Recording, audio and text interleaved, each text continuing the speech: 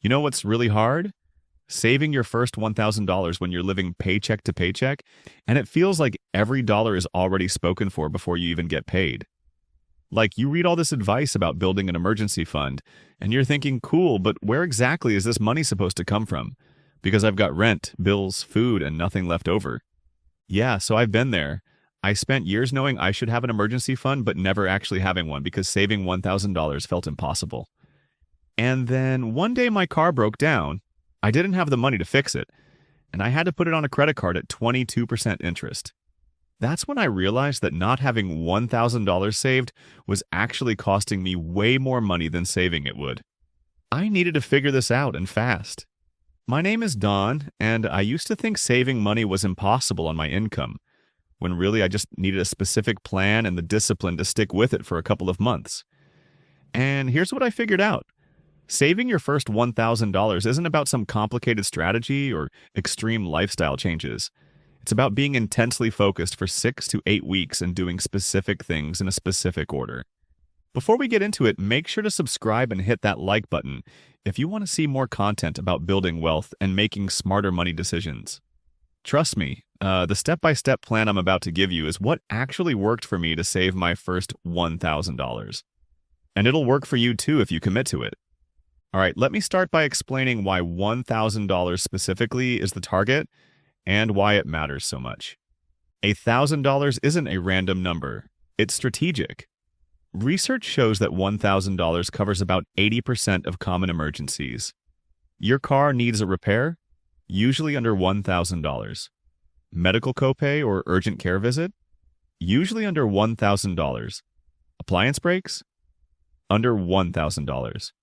Lost your job and need to cover expenses for a week or two while you figure it out? $1,000 buys you some breathing room. This isn't your full emergency fund. That would be 3 to 6 months of expenses. But $1,000 is what I call the Stop the Bleeding Fund. It's the amount that prevents most emergencies from becoming full-blown financial disasters. It's the difference between fixing your car with cash or going into credit card debt at 20% interest. Before I had my first $1,000 saved, I was constantly stressed about money. One unexpected expense would throw off my entire month. After I hit that $1,000 mark, I could breathe. Not all my financial problems were solved, but at least I had a buffer between me and financial chaos. So that's why we're targeting $1,000. It's achievable in a reasonable time frame, and it makes a massive psychological and practical difference. Now let me break down the exact plan I used to save my first $1,000 in about 7 weeks. Week 1 to 2, the spending audit and quick wins. The first 2 weeks are about finding money you're already spending that you can redirect to savings. You're not trying to save the full $1,000 in 2 weeks. You're trying to find maybe $200 to $300 in quick wins. Here's what you do. For 1 full week, track every single expense. Use your phone notes, use an app, use a notebook, I don't care. Just write down everything you spend money on. Everything. That $3 coffee, that $12 lunch, that $8 streaming service charge, all of it. When I did this, I was shocked. I found $180 per month I was spending on subscriptions I barely used. Netflix, Spotify, a gym membership I'd visited once in 3 months, some app subscriptions I'd forgotten about. I canceled all of them except Spotify because I actually use that daily. That freed up $130 per month immediately. I was also spending about $80 per month on convenience food, grabbing lunch at work instead of bringing it, buying snacks at gas stations, random takeout when I didn't feel like cooking. I committed to cutting that to $20 per month for the next 6 weeks. Just those 2 changes freed up $190 per month. In the first 2 weeks of my $1,000 challenge, I put $95 from these savings straight into a separate savings account. Quick win. Here's what you're looking for in your spending audit. Subscriptions you don't use, convenience purchases that don't add real value, and habits that are costing you money without making you happier. Cut them ruthlessly for 6 to 8 weeks. You can always add them back later, but right now you're on a mission to save $1,000 as fast as possible. Week 3 to 4, the cash windfall strategy. Weeks 3 and 4 are about finding money you already have but haven't realized. This is where you can potentially add $200 to $400 to your savings in just 2 weeks. Strategy 1. Sell stuff you don't need. Go through your house room by room and pull out anything you haven't used in the past year. Old electronics, clothes you don't wear, furniture you don't need, books, games, whatever. List it on Facebook Marketplace, OfferUp, or Craigslist. I did this and it was honestly eye-opening. I sold an old Xbox I hadn't touched in 2 years for $120. I sold some designer jeans that didn't fit anymore for $40.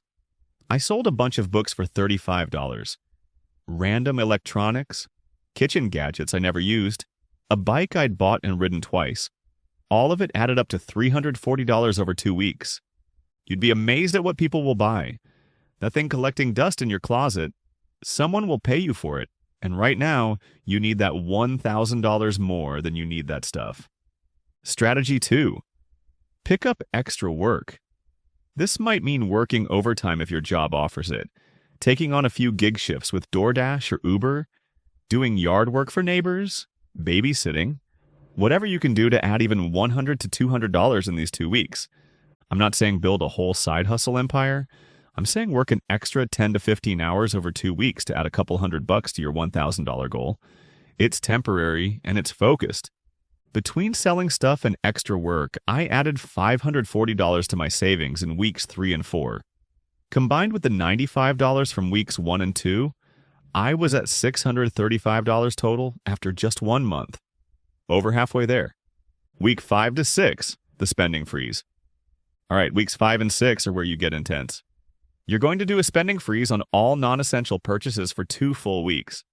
This is the hardest part, but it's also where you make the biggest progress. Here's what a spending freeze means. You spend money only on absolute necessities. Rent, utilities, groceries, cheap basics only, gas to get to work, and that's it. No eating out, no coffee shops, no online shopping, no entertainment purchases, nothing. 2 weeks. You can handle 2 weeks of bare bones spending. And here's what happens. All that money you would normally spend on discretionary stuff, it goes straight to your $1,000 fund. When I did my spending freeze, I normally spent about $500 per month on variable expenses like eating out, coffee, random purchases, entertainment. For 2 weeks, I cut that to maybe $150 for basic groceries. That's $175 saved in just 2 weeks. I won't lie, those 2 weeks kind of sucked. I was eating a lot of rice and beans, drinking coffee I made at home, and finding free entertainment like walking in the park or watching stuff I already owned. But it was temporary, it was focused, and it worked. Here's how to make a spending freeze bearable. Plan ahead. Before the freeze starts, prep meals for the week so you're not tempted to order takeout. Tell friends you're doing a money challenge so they don't invite you to expensive stuff. Find free entertainment options and plan specific activities so you're not just sitting around feeling deprived. After my spending freeze in weeks 5 and 6, I'd added $175 to my savings. My total was now at $810. I was so close to $1,000 I could taste it. Week 7 to 8, the final push. The last week or two is about closing the gap with whatever combination of strategies gets you over the finish line. For me, I needed $190 more to hit my $1,000 goal. I picked up 2 extra shifts at work, which gave me an extra $120 after taxes. I sold a few more items I'd held back from my initial purge, which brought in $45. And I extended my spending freeze mentality for 1 more week, which saved another $85. After 7 weeks total, I hit $1,010 in my savings account. I cannot describe how good that felt. It wasn't life-changing money, but it was proof that I could do this. I wasn't helpless with money. I could set a goal and actually achieve it. Now let me tell you the critical mistakes people make when trying to save their first $1,000. Mistake 1. Not opening a separate savings account. If you try to save $1,000 in your regular checking account, you'll spend it. I promise you will. Open a savings account at a different bank than your checking account, preferably one without a debit card, and transfer money there. The physical separation makes it way harder to accidentally spend. Mistake 2. Not making it visible. I created a simple chart where I colored in $50 increments as I saved them. Seeing that visual progress was incredibly motivating. When I hit $500, I was halfway there and could see it. Make your progress visible somehow. Mistake 3. Giving up after one bad week. Maybe week 3 you have an unexpected expense and can't add to savings. That's okay. Don't quit the whole challenge. Just get back on track the next week. Progress isn't linear. Mistake 4. Not having a specific timeline. I'll save $1,000 eventually never works. I'll save $1,000 in 8 weeks gives you urgency and focus. Set a deadline. Mistake 5. Trying to maintain this intensity forever. This plan is intense. Selling stuff, spending freezes, extra work. It's not sustainable long term, but it's absolutely sustainable for 6 to 8 weeks. This is a sprint, not a marathon. Once you hit $1,000, you can ease up and focus on slower, more sustainable wealth building. Let me show you 3 different timelines based on how aggressive you can be. Aggressive timeline, 4 to 6 weeks. If you can combine selling stuff, $300 to $500, picking up extra work, $200 to $400, cutting subscriptions, $100 to $200, and doing spending freezes, $300 to $400, you could hit $1,000 in about a month. This requires being really intense, but it's definitely possible. Moderate timeline, 6 to 8 weeks. This is what I did. Mix of selling stuff, extra work, subscription cuts, and spending freezes. It's intense but sustainable for a couple months. Most people can hit $1,000 in 6 to 8 weeks with this approach. Slower timeline, 10 to 12 weeks. If you can't do extra work and don't have much to sell, you can still get there through cutting subscriptions and periodic spending freezes. It'll take longer, but you'll still reach $1,000 way faster than traditional advice to save $100 per month. The key is choosing your timeline and committing to it. Don't just hope you'll save $1,000 eventually. Make a plan, set a deadline, and execute. Now here's what to do after you hit your first $1,000. First, celebrate. Seriously. Hitting $1,000 in savings when you've never had that before is a huge achievement. You prove to yourself that you can do this. That psychological win matters. Second, don't touch it unless it's a true emergency. This money is your buffer against financial chaos. It's not vacation money or shopping money. It's emergency-only money. Third, keep building. Once you have $1,000, work toward 1 month of expenses, then 3 months. But take a breather first. You've been intense for 6 to 8 weeks. Ease up for a month, maintain that $1,000, and then start building again at a more sustainable pace. Fourth, use the skills you learned. The spending audit, cutting waste, finding extra income. These skills work for any financial goal. You just use them to save $1,000 fast, but you can use them anytime you need to make financial progress quickly. And look, saving your first $1,000 when you're living paycheck to paycheck is hard. It requires sacrifice and focus and probably some uncomfortable changes for a few weeks. But it's absolutely possible, and it's one of the most important financial milestones you can hit. That first $1,000 is what stops emergencies from becoming disasters. It's what lets you fix your car instead of going into debt. It's what gives you breathing room when life throws curveballs, and it's proof that you're not helpless with money. You just needed a plan. If you found this helpful, make sure to subscribe and hit that like button. And drop a comment telling me if you're going to try this challenge and what your target timeline is. I'd love to cheer you on.